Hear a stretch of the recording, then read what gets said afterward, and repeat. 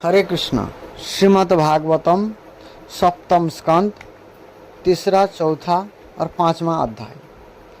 हिरण्यकशिपु की तपस्या और वर प्राप्ति। हिरण्यकशिपु के अत्याचार और प्रहलाद के गुणों का वर्णन। हिरण्यकशिपु के द्वारा प्रहलाद जी के वध का प्रयत्न। तीसरा अध्याय, हिरण्यकशिपु की तपस्या और वर प्राप्ति। नारद जी ने कहा, युधिष्ठिर, आप हिरण्यकशिपु ने यह विचार किया कि मैं अजेय, अजर, अमर और संसार का एक छत्र सम्राट बन जाऊं, जिससे कोई मेरे सामने खड़ा तक ना हो सके।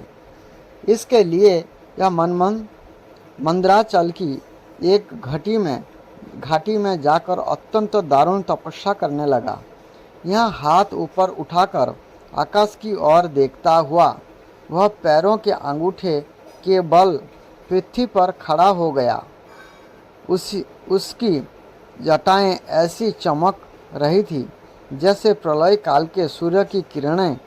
जब यह इस प्रकार तपस्या में संलग्न हो गया, तब देवता लोग अपने अपने स्थानों और पदों पर पुनः प्रतिष्ठित हो गए। बहुत दिनों तक तपस्या करने के बाद उसकी तपस्या की आग धुएं के साथ सिर से निकलने लगी। यह चारों ओर फैल गई, ऊपर नीचे तथा अगल बगल के लोगों को जलाने लगी। उसकी लपेट से नदी और समुद्र खोलने लगे। द्वीप और पर्वतों के सहित पृथ्वी डगमगाने लगी। ग्रह और तारे टूट टूट कर गिरने लगे तथा दसों दिशाओं में मानो आग लग गई। हिरण्यकशिपु उस तपोमयी आग की लपेटों से स्वर्ग के देवता भी जलने लगे। ये घबराकर स्वर्ग से ब्रह्मलोक में गए और ब्रह्मा जी से प्रार्थना करने लगे, हे देवताओं के भी आराध्य देव जगतपति ब्रह्मा जी, हम लोग हिरण्यकशिपु के तप की ज्वाला से जल रहे हैं। अब हम स्वर्ग में नहीं रह सकते। हे अनंत, हे सर्वाध्यक्ष, यदि आप उचित समझे तो अपनी सेवा करने वाली जनता का नाश होने के पहले ही यह ज्वाला शांत कर दीजिए। भगवान, आप सब कुछ जानते ही हैं, फिर भी हम अपनी ओर से आपसे यह निवेदन कर देते हैं कि वह किस अभिप्राय से यह घोर तपस्या कर रहा है। सुनिए। उसका विचार है कि जैसे ब्रह्मा जी अपनी तपस्या और योग के प्रभाव से इस चराचर जगत की सृष्टि करके सब लोकों से ऊपर सत्यलोक में विराजते हैं, वैसे ही मैं भी अपनी उग्र तपस्या और योग के प्रभाव से वही पद और स्थान प्राप्त कर लूँगा। क्योंकि समय असीम है और आत्मा नित्य है। एक जन्म में नहीं, अनेक जन्म में, एक युग में न सही अनेक युग में अपनी तपस्या की शक्ति से मैं पाप पुण्य आदि के नियमों को पलटकर इस संसार में ऐसा उलट फेर कर दूंगा जैसा पहले कभी नहीं था। वैष्णव आदि पदों में तो रखा ही क्या है, क्योंकि कल्प के अंत में उन्हें भी काल के गाल में चला जाना पड़ता है। हमने सुना है कि ऐसा हट करके ही वह घोर तपस्या में जुटा हुआ है। आप तीनों लोकों के स्वामी हैं। आप जो उचित समझे वही करे। ब्रह्मा जी, आपका वह सर्वश्रेष्ठ परमेष्ठी पद ब्राह्मण एवं गौओं की वृद्धि, कल्याण, विभूति, कुशल और विजय के लिए है। यह हिरण्यकशिपु के हाथ में चला गया तो सज्जनों पर संकटों का पहाड़ टूट पड़ेगा। युधिष्ठिर, जब देवता ने भगवान ब्रह्मा जी से इस प्रकार निवेदन किया, तब ये भृगु और दक्ष आदि प्रजापतियों के साथ हिरण्यकशिपु के आश्रम पर गए। वहाँ जाने पर पहले तो ये उसे देख ही ना सके, क्योंकि दिमक की मिट्टी, घास और बांसों से उसका शरीर ढक गया था। चींटियाँ उसकी मैदा, त्वचा, मांस और खून चट गई थी। बादलों से ढके हुए सूर्य के समान वह अपनी तपस्या के तेज से लोगों को तपा रहा था। उसको देखकर ब्रह्मा जी भी विस्मित हो गए। उन्होंने हंसते हुए कहा। ब्रह्मा जी ने कहा, बेटा हिरण्यकशिपु, उठो उठो, तुम्हारा कल्याण हो। कश्यप नंदन, आप तुम्हारी तपस्या सिद्ध हो गई। मैं तुम्हें वर देने के लिए आया हूँ। तुम्हारी जो इच्छा हो बेखट के मांग लो। मैंने तुम्हारे हृदय का अद्भुत बल देखा। अरे, डांसों ने तुम्हारी देह खा डाली है, फिर भी तुम्हारे प्राण हड्डियों के सहारे टिके हुए हैं। ऐसा कठिन तपस्या ना तो पहले किसी ऋषि ने की थी और ना आगे ही कोई करेगा। भला ऐसा कौन है जो देवताओं को 100 वर्ष तक बिना पानी के जीता रहे। यद्यपि वैष्णव पद वैकुंठादि नित्यधाम अविनाशी है, परंतु हिरण्यकशिपु अपनी आसुरी बुद्धि के कारण उनको कल्प के अंत में नष्ट होने वाला ही मानता था। तामसी बुद्धि में सब बातें विपरीत ही दिखा करती है। बिना पानी के जीता रहे। बेटा हिरण्यकशिपु, तुम्हारा यह काम बड़े बड़े धीर पुरुष भी कठिनता से कर सकते हैं। तुमने इस तपोनिष्ठा से मुझे अपने बस में कर लिया है। दैत्य शिरोमणि, इसी से प्रसन्न होकर मैं तुम्हें जो कुछ मांगो दिए देता हूँ। तुम हो मरने वाले और मैं हूँ अमर, अतः तुम्हें मेरा यह दर्शन निष्फल नहीं हो सकता। नारद जी कहते हैं, युधिष्ठिर, इतना कहकर ब्रह्मा जी ने उसके चींटियों से खाए हुए शरीर पर अपने कमंडलों का दिव्य एवं अमोघ प्रभावशाली जल छिड़क दिया। जैसे लकड़ी के ढेर में से आग जल उठे, वैसे ही वह जल छिड़कते ही बांस और दीमक की मिट्टी के बीच से उठ खड़ा हुआ। उस समय उसका शरीर सब अवयवों से पूर्ण एवं बलवान हो गया था। इंद्रियों में शक्ति आ गई थी और मन सचेत हो गया था। सारे अंग वज्र के समान कठोर एवं तपाए हुए सोने की तरह चमकीले हो गए थे। यह नवयुवक होकर उठ खड़ा हुआ। उसने देखा कि आकाश में हंस पर चढ़े हुए ब्रह्मा जी खड़े हैं। उन्हें देखकर उसे बड़ा आनंद हुआ। अपना सिर पृथ्वी पर रखकर उसने उनको नमस्कार किया। फिर अंजलि बांधकर नम्र भाव से खड़ा हुआ और बड़े प्रेम से आपने निर्निमेष नयनों मतलब अनावर्त देखता हुए नयन से आँख से उन्हें देखता हुआ गदगद वाणी से स्तुति करने लगा। उस समय उसके नेत्रों में आनंद के आंसू उमड़ रहे थे और सारा शरीर पुलकित हो रहा था। हिरण्यकशिपु ने कहा, कल्प के अंत में यह सारी सृष्टि काल के द्वारा प्रेरित तमोगुणों से घने अंधकार से ढक गई थी। उस समय स्वयं प्रकाश स्वरूप आपने तेज से पुनः इसे प्रकट किया। आप ही अपने त्रिगुणमय रूप से इसकी रचना, रक्षा और संहार करते हैं। आप रजगुण, सत्वगुण और तमोगुण के आश्रय है। आप ही सबसे परे और महान है। आपको मैं नमस्कार करता हूँ। आप ही जगत के मूल कारण है। ज्ञान और विज्ञान आपकी मूर्ति है। प्राण, इंद्रिय, मन और बुद्धि आदि विकारों के द्वारा आपने अपने को प्रकट किया है। आप मुख्य प्राण सूत्रात्मक रूप से चराचर जगत को आपने नियंत्रण में रखते हैं। आप ही प्रजा के रक्षक भी है। भगवान, चित्त, चेतना, मन और इंद्रियों के स्वामी आप ही है। पंचभूत, शब्द आदि विषय और उनके संस्कारों के रचयिता भी महत तत्व के रूप में आप ही है। जो वेद होता, अथर्वयु, ब्रह्मा और उद्गाता इन ऋतिजों से होने वाले यज्ञ का प्रतिपादन करते हैं। ये आपके ही शरीर है। उन्हीं के द्वारा अग्नि, स्टोम आदि 7 यज्ञों का आप विस्तार करते हैं। आप ही संपूर्ण प्राणियों के आत्मा है, क्योंकि आप अनादि, अनंत अपार, सर्वज्ञ और अंतर्जामी है। आप ही काल है। आप प्रशिक्षण सावधान रहकर अपने क्षण, लव आदि विभागों के द्वारा लोगों की आयु क्षीण करते रहते हैं। फिर भी आप निर्विकार है, क्योंकि आप ज्ञान स्वरूप परमेश्वर, अजन्मा, महान और संपूर्ण जीवों के जीवन दाता अंतरात्मा है। प्रभु, कार्य, कारण, चल और अचल ऐसी कोई भी वस्तु नहीं है जो आपसे भिन्न हो। समस्त विधा और कलाएं आपके शरीर है। आप त्रिगुणमयी माया से अतीत स्वयं ब्रह्म है। यह सुवर्णमय स्वर्णमय ब्रह्मांड आपके गर्भ में स्थित है। आप इसे अपने में से ही प्रकट करते हैं। प्रभु, वह व्यक्त ब्रह्मांड आपका स्थूल शरीर है।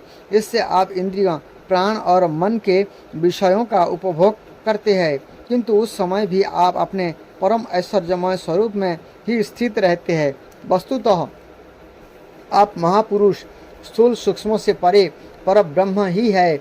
आप अपने अनंत और अव्यक्त स्वरूप से सारे जगत में व्यक्त है। चेतन और अचेतन दोनों ही आपकी शक्तियां हैं। भगवान, मैं आपको नमस्कार करता हूँ। प्रभु, आप समस्त वरदाताओं में श्रेष्ठ है। यदि आप मुझे अभिष्ट वर देना चाहते हैं तो ऐसा वर दीजिए कि आपके बनाए हुए किसी भी प्राणी से, चाहे वह मनुष्य हो या पशु, प्राणी हो या अप्राणी, देवता हो या दैत्य अथवा नाग आदि, किसी से भी मेरी मृत्यु ना हो। भीतर बाहर, दिन में रात्रि में आपके बनाए प्राणियों के अतिरिक्त और भी किसी जीव से, अस्त्र शस्त्र से, पृथ्वी या आकाश में कहीं भी मेरी मृत्यु ना हो। युद्ध में कोई मेरा सामना ना कर सके। मैं समस्त प्राणियों का एक छत्र सम्राट हूँ। इंद्र आदि समस्त लोकपालों में जैसी आपकी महिमा है, ऐसे ही मेरी भी हो। तपस्वियों और जोगियों को जो अक्षय ऐश्वर्य प्राप्त है, वही मुझे भी दीजिए।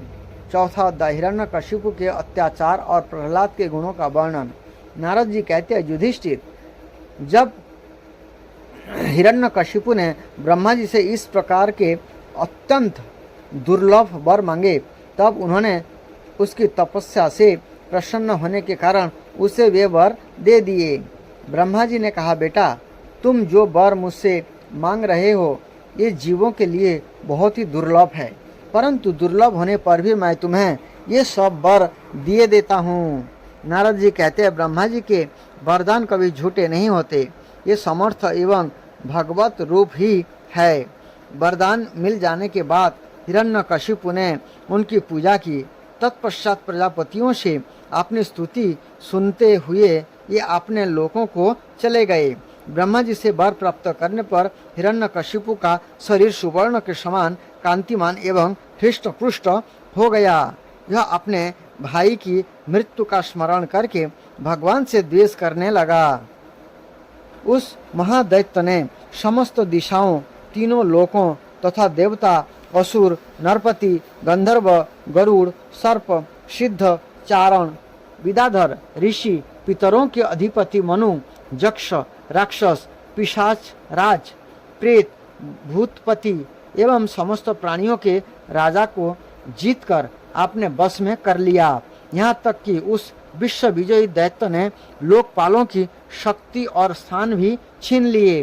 अब वह नंदन वन आदि दिव्य उद्यानों के सौंदर्य से युक्त स्वर्ग में ही रहने लगा था।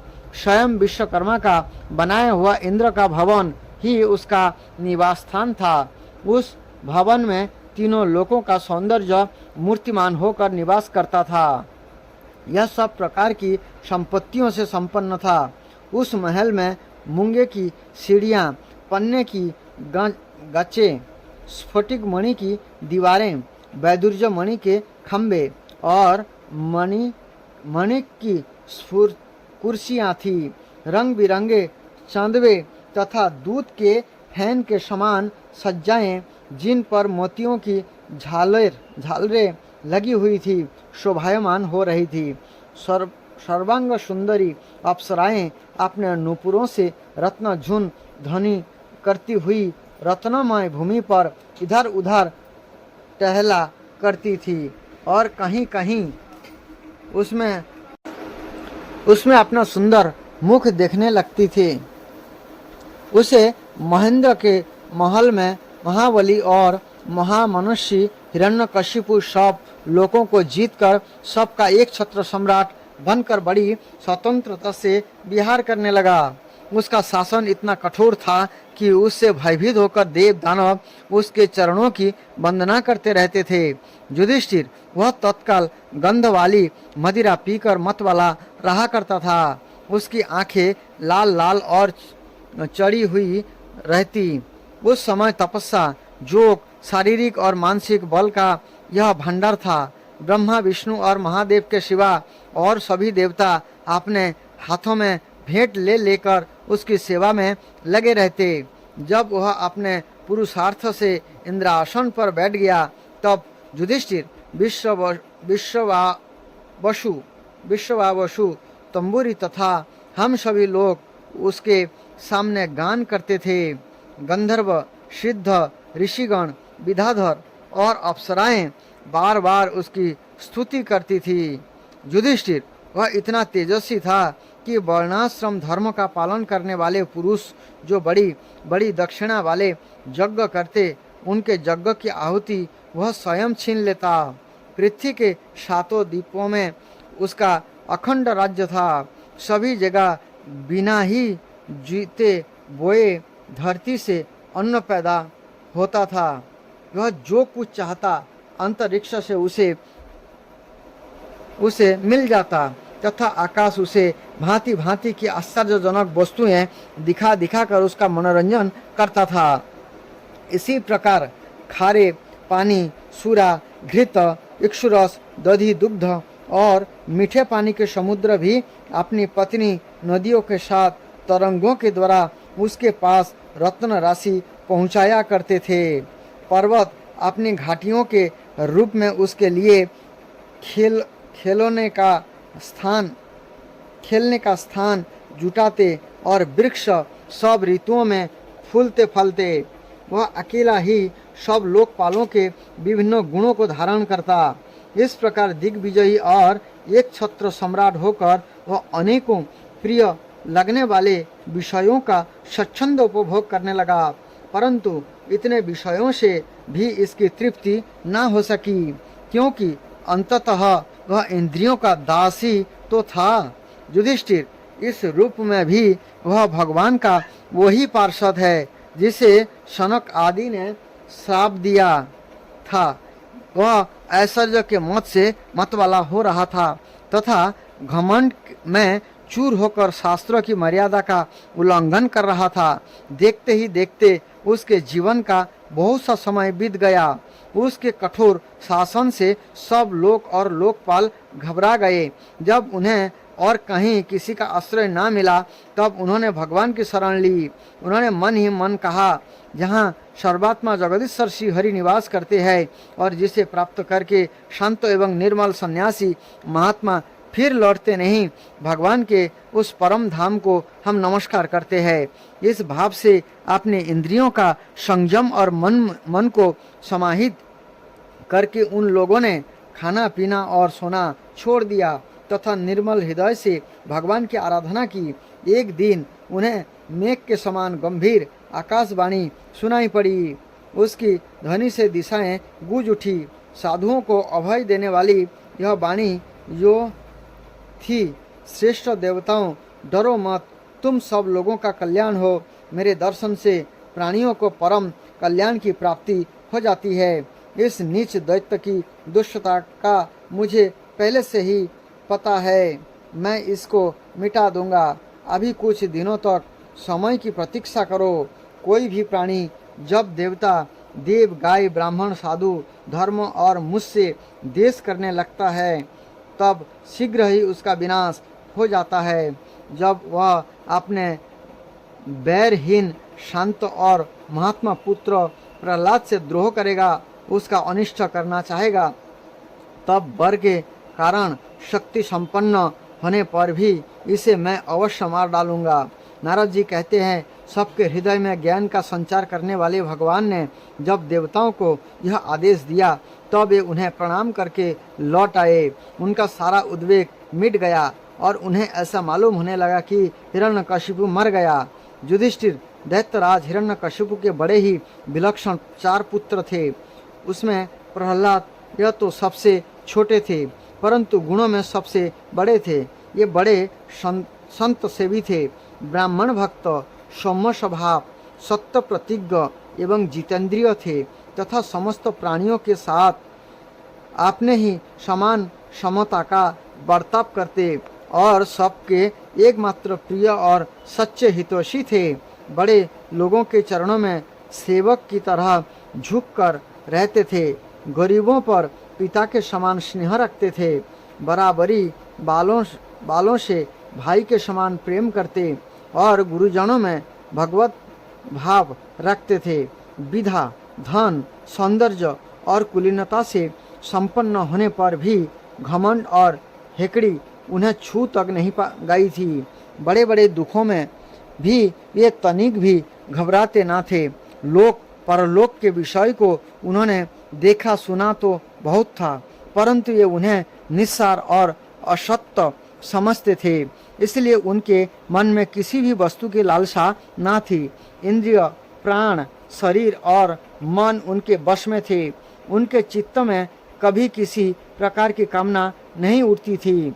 जन्म से असुर होने पर भी उनमें आसुरी संपत्ति का लेश भी नहीं था। जैसे भगवान के गुण अनंत है, ऐसे ही प्रहलाद के श्रेष्ठ गुणों के भी कोई सीमा नहीं है। महात्मा लोग सदा से उनका वर्णन करते और उन्हें अपनाते आए हैं, तथापि ये आज भी जो के तो ही बने हुए हैं। युधिष्ठिर, यह तो देवता उनके शत्रु है, परंतु फिर भी भक्तों का चरित्र सुनने के लिए जब उन लोगों की सभा होती है तब वे दूसरे भक्तों को प्रहलाद के समान कहकर उनका सम्मान करते हैं। फिर आप जैसे अजात शत्रु भगवत भक्त उनका आदर करेंगे, इसमें तो संदेह ही क्या है। उनकी महिमा का वर्णन करने के लिए अगणित गुणों के कहने सुनने की आवश्यकता नहीं। केवल एक ही गुण भगवान श्री कृष्ण के चरणों में स्वाभाविक जन्मजात प्रेम उनकी महिमा को प्रकट करने के लिए पर्याप्त है। युधिष्ठिर, प्रहलाद बचपन में ही खेल कूद छोड़कर भगवान के ध्यान में जड़वत तन्मय हो जाया करते। भगवान श्री कृष्ण के अनुग्रह रूप ग्रहण ने उनके हृदय को इस प्रकार खींच लिया था कि उन्हें जगत की कुछ सुध बुध ना रहती। उन्हें ऐसा जान पड़ता कि भगवान मुझे अपनी गोद में लेकर आलिंगन कर रहे हैं। इसलिए उन्हें सोते बैठते, खाते पीते, चलते फिरते और बातचीत करते समय भी इन बातों का ध्यान बिल्कुल ना रहता। कभी कभी भगवान मुझे छोड़कर चले गए, इन भावना में उनका हृदय इतना डूब जाता कि वह जोर जोर से रोने लगते। कभी मन ही मन उन्हें अपने सामने पाकर आनंद द्रेक से उठकर हंसने लगते। कभी उनके ध्यान के मधुर आनंद का अनुभव करके जोर से गाने लगते। ये कभी उत्सुक हो बेसुरा चिल्ला पड़ते। कभी कभी लोक लज्जा त्याग करके प्रेम में छक कर नाचने भी लगते थे। कभी कभी उनकी लीला के चिंतन में इतने तल्लीन हो जाते कि उन्हें अपनी याद ही ना रहती, उन्हीं का अनुकरण करने लगते। कभी भीतर ही भीतर भगवान का कोमल संस्पर्श अनुभव करके आनंद में मग्न हो जाते और चुपचाप शांत होकर बैठे रहते। उस समय उनका रोम रोम पुलकित हो उठता। अध खुले नेत्र अविचल प्रेम और आनंद के आंसुओं से भरे रहते। भगवान श्री कृष्ण के चरण कमलों की यह भक्ति अकिंचन भगवत प्रेमी महात्माओं के संग से ही प्राप्त होती है। इसके द्वारा ये स्वयं तो परमानंद में मग्न रहते ही थे। जिन बेचारों का मन कुसंग के कारण अत्यंत दीनहीन हो रहा था, उन्हें भी बार बार शांति प्रदान करते थे। युधिष्ठिर, प्रहलाद भगवान के परम प्रेमी भक्त, परम भाग्यवान और ऊंची कोटि के महात्मा थे। हिरण्यकशिपु ऐसे साधु पुत्र को भी अपराधी बतलाकर उनका अनिष्ट करने की चेष्टा करने लगा। युधिष्ठिर ने पूछा, नारद जी, आपका व्रत अखंड है। अब हम आपसे यह जानना चाहते हैं कि हिरण्यकशिपु ने पिता होकर भी ऐसे शुद्ध हृदय महात्मा पुत्र से द्रोह क्यों किया? पिता तो स्वभाव से ही अपने पुत्र से प्रेम करते हैं। यदि पुत्र कोई उल्टा काम करता है तो ये उसे शिक्षा देने के लिए ही डांटते हैं, शत्रु की तरह बैर विरोध तो नहीं करते। फिर प्रहलाद जी जैसे अनुकूल शुद्ध हृदय एवं गुरुजनों में भगवत भाव करने वाले पुत्रों से भला कोई द्वेष कर ही कैसे सकता है? नारद जी, आप सब कुछ जानते हैं। हमें यह जानकर बड़ा कौतूहल हो रहा है कि पिता ने देश के कारण पुत्र को मार डालना चाहा। आप कृपा करके मेरा यह कौतूहल शांत कीजिए। 5वां अध्याय, हिरण्यकशिपु के द्वारा प्रहलाद जी के वध का प्रयत्न। नारद जी कहते हैं, युधिष्ठिर, दैत्य ने भगवान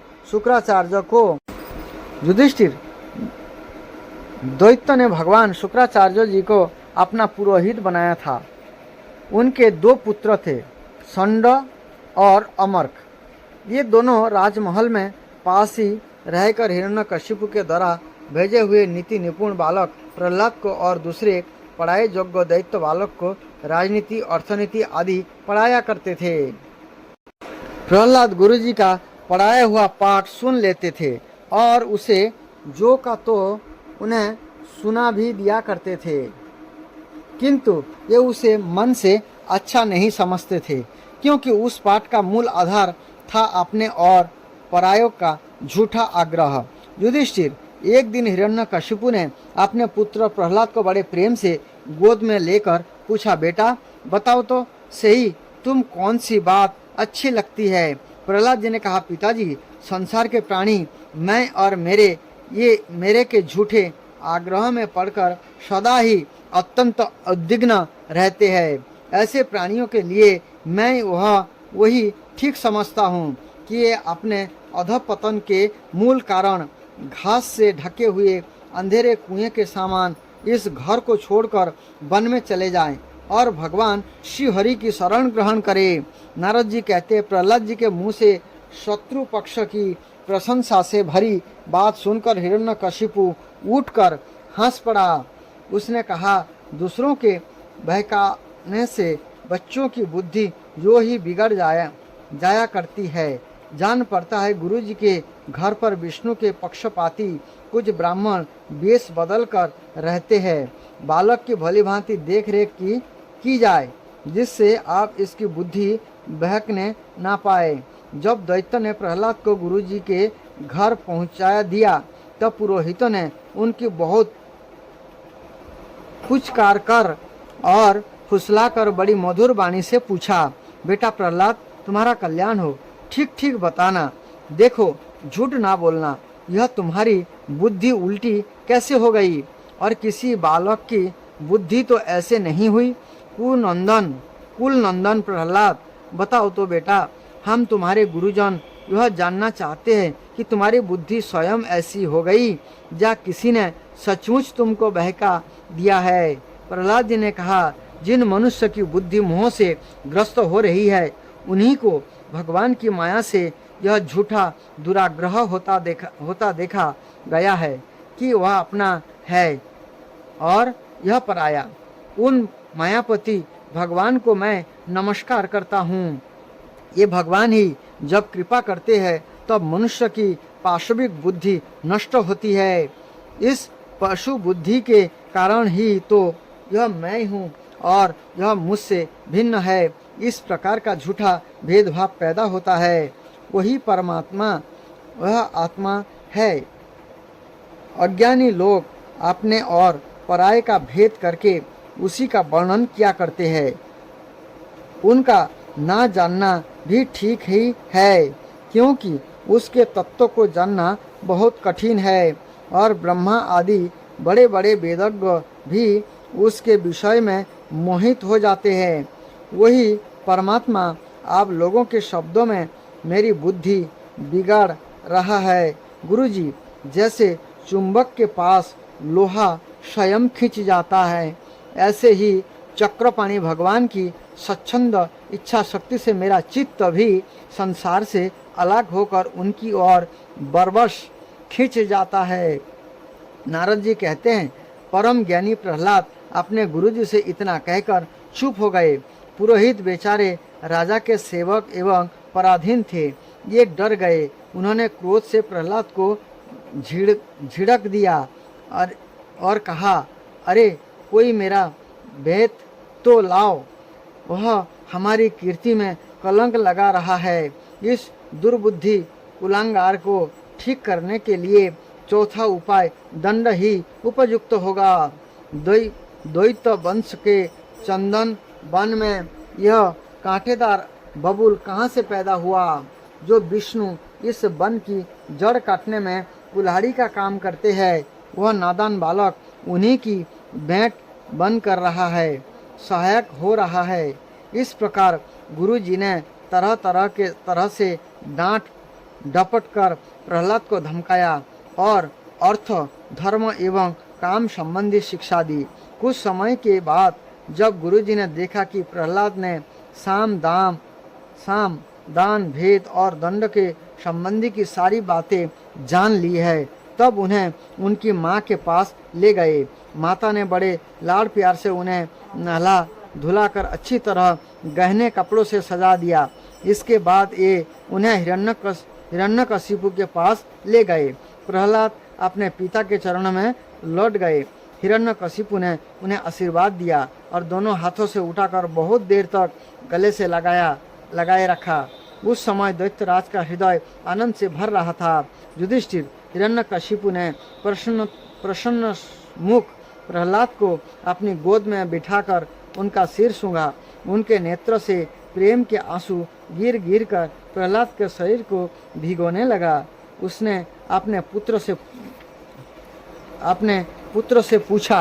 हिरण्यकशिपु ने कहा, चिरंजीव बेटा प्रहलाद, इतने दिनों में तुमने गुरुजी से जो शिक्षा प्राप्त की है, उसमें से कोई अच्छी सी बात हमें सुनाओ। प्रहलाद जी ने कहा, पिताजी, विष्णु भगवान की भक्ति से 9 भेद है। भगवान के गुण, लीला, नाम आदि का श्रवण, उन्हीं का कीर्तन, उनके रूप नाम आदि का स्मरण, उनके चरणों की सेवा, पूजा, अर्चा, बंदन, दास्य, साक्ष्य और आत्मनिवेदनम। यदि भगवान के प्रति समर्पण के भाव से यह 9 प्रकार की भक्ति की जाए तो मैं उसी को उत्तम अध्ययन समझता हूँ। प्रहलाद की यह बात सुनते ही क्रोध के मारे हिरण्यकशिपु के होठ फड़कने लगा। उसने गुरु पुत्र से कहा, रे नीच ब्राह्मण, यह तेरी कैसी करतूत है? दुर्बुद्धि, तूने मेरे कुछ भी परवाह ना करके इस बच्चे को कैसी निस्सार शिक्षा दी है। अवश्य ही तू हमारे शत्रुओं के आश्रित है।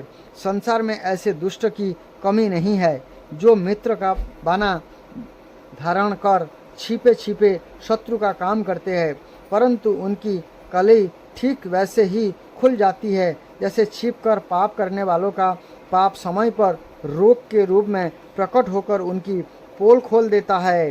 गुरु पुत्र ने कहा, इंद्र शास्त्र, आपका पुत्र जो कुछ कह रहा है वह मेरे जा और किसी के बहकाने से नहीं कह रहा है।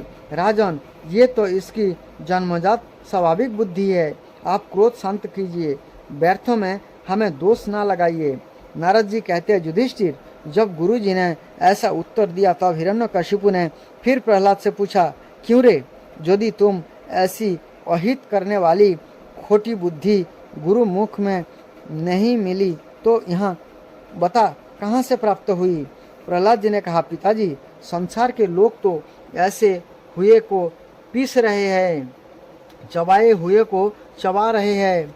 पुनः सर्वित चरबनानाम, चबाए हुए को चबाता।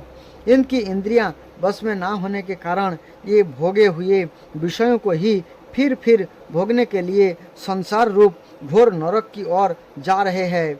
ऐसे गृहासक्त पुरुषों की बुद्धि अपने आप किसी के सिखाने से अथवा अपने ही जैसे लोगों के संग से भगवान श्री कृष्ण में नहीं लगती।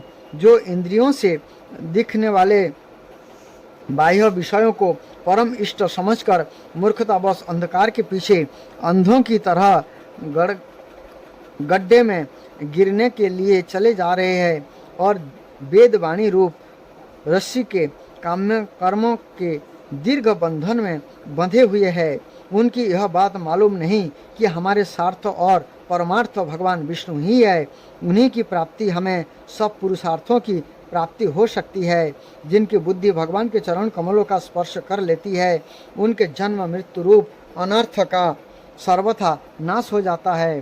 परंतु जो लोग अकिंचन भगवत प्रेमी महात्माओं के चरणों की धूल में स्नान नहीं कर लेते, उनकी बुद्धि काम्य कर्मों का पूरा सेवन करने पर भी भगवत चरण का स्पर्श नहीं कर सकती।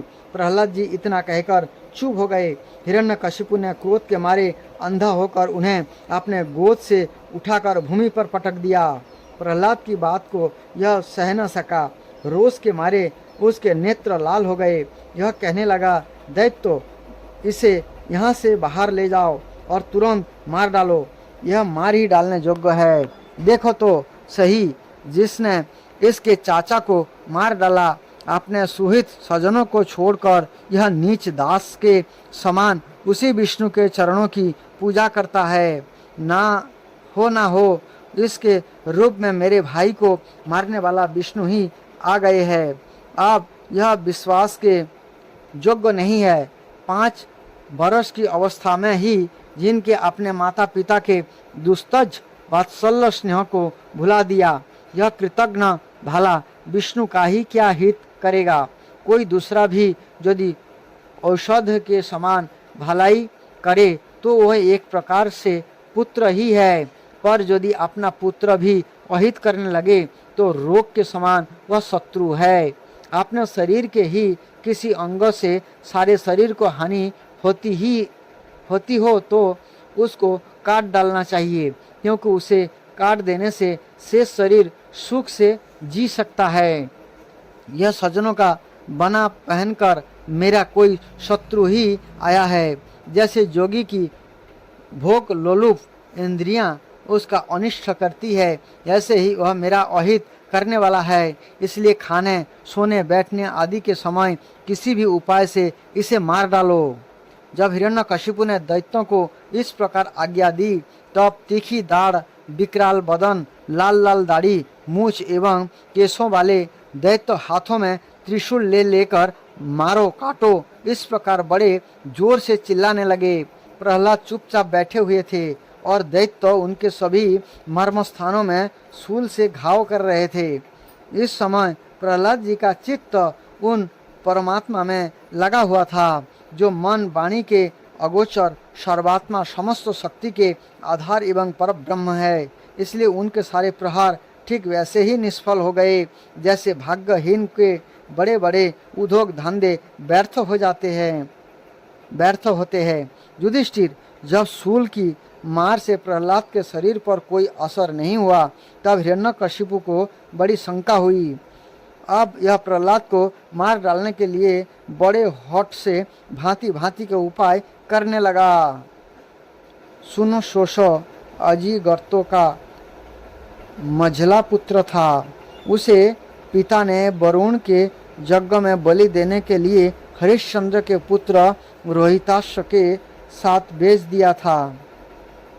तब उसके मामा विश्वामित्र जी ने उसकी रक्षा की और वह अपने पिता से विरुद्ध होकर उनके विपक्षी विश्वामित्र जी के ही गोत्र में हो गए। यह कथा आगे नवम स्कंद में 7वें अध्याय में आएगी।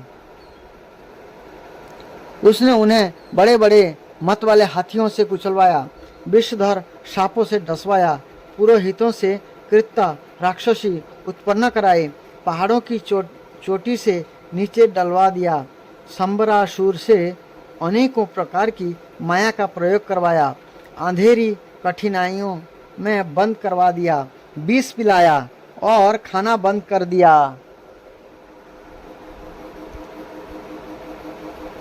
बर्फीली जगह दहकती हुई आग और समुद्र में बारी बारी से डलवाया, आंधी में छोड़ दिया तथा पर्वतों के नीचे दबावा दिया।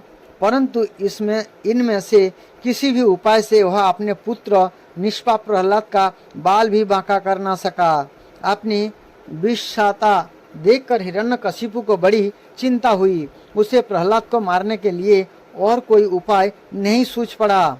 वह सोचने लगा, इसे मैंने बहुत कुछ बुरा भला कहा, मार डालने के बहुत से उपाय किए, परंतु वह मेरे द्रोह और दुर्व्यवहार से बिना किसी की सहायता से अपने प्रभाव से ही बचता गया। वह बालक होने पर भी समझदार है और मेरे पास ही निशंक भाव से रहता है। हो न हो इसमें कुछ सामर्थ्य अवश्य है। जैसे सुनो पोक अपने पिता की करतूत से उसका विरोधी हो गया था, वैसे ही वह भी मेरे किए उपकारों को ना भूलेगा। ना तो यह किसी से डरता है और ना किसी की इसकी मृत्यु ही होती है। इसकी शक्ति की था नहीं है, अवश्य ही इसके विरोध से मेरी मृत्यु होगी, संभव है ना भी हो। इस प्रकार सोच विचार करते करते उसका चेहरा कुछ उतर गया। शुक्राचार्य के पुत्र षंड और अमक ने जब देखा कि हिरण्यकशिपु तो मुंह लटका कर बैठा हुआ है, तब उन्होंने एकांत में जाकर उससे वह बात कही, स्वामी, आपने अकेले ही तीनों लोकों पर विजय प्राप्त कर ली। आपके भौवें टेढ़ी होने पर भी सारे लोकपाल कांप उठते हैं। हमारे देखने में तो आपके लिए चिंता की कोई बात नहीं है। भला बच्चे के खिलवाड़ में भी भलाई बुराई सोचने की कोई बात है। जब तक हमारे पिता शुक्राचार्य जी नहीं आ जाते, तब तक यह डर कर कहीं भाग ना जाए, इसलिए इसे वरुण के पास से बंद रखिए। प्रातः ऐसा होता है कि अवस्था की वृद्धि के साथ साथ और गुरुजनों की सेवा से बुद्धि सुधर जाया करती है। हिरण्यकशिपु ने अच्छा ठीक है कहकर गुरु पुत्र की सलाह मान ली और कहा कि इसे इन धर्मों का उपदेश करना चाहिए जिनका पालन गृहस्थ नरपति किया करते हैं। युधिष्ठिर इसके बाद पुरोहित उन्हें लेकर पाठशाला में गए और क्रमशः धर्म, अर्थ और काम इन तीन पुरुषार्थों की शिक्षा देने लगे। प्रहलाद यहाँ अत्यंत नम्र सेवक की भांति रहते थे, परंतु गुरुओं की यह शिक्षा प्रहलाद को अच्छी ना लगी, क्योंकि गुरुजी उन्हें केवल अर्थ, धर्म और काम की ही शिक्षा देते थे। वह शिक्षा केवल उन लोगों के लिए है जो राग, देश आदि द्वंद्व और विषय भोगों से रस ले रहे हो। एक दिन गुरुजी गृहस्थ के काम से कहीं बाहर चले गए थे। छुट्टी मिल जाने के कारण समवयस्क बालकों ने प्रहलाद जी को खेलने के लिए पुकारा। प्रहलाद जी परम ज्ञानी थे। उनका प्रेम देखकर उन्होंने उन बालकों को ही बड़ी मधुर वाणी से पुकार कर अपने पास बुला लिया। उनसे उनके जन्म मरण की गति भी छिपी नहीं थी। उन पर कृपा करके हंसते हुए से उन्हें उपदेश करने लगे। युधिष्ठिर ये सब अभी बालक ही थे, इसलिए राग, देश परायण, विषय भोग पुरुषों के उपदेशों से और चेष्टाओं से उनकी बुद्धि अभी दूषित नहीं हुई थी। इसी से और प्रहलाद जी के प्रति आदर बुद्धि होने से उन सब ने अपनी खेल कूद की सामग्रियों को छोड़ दिया तथा प्रहलाद जी के पास जाकर उनके चारों ओर बैठ गए और उनके उपदेशों में मन लगाकर बड़े प्रेम से एकटक उनकी ओर देखने लगे।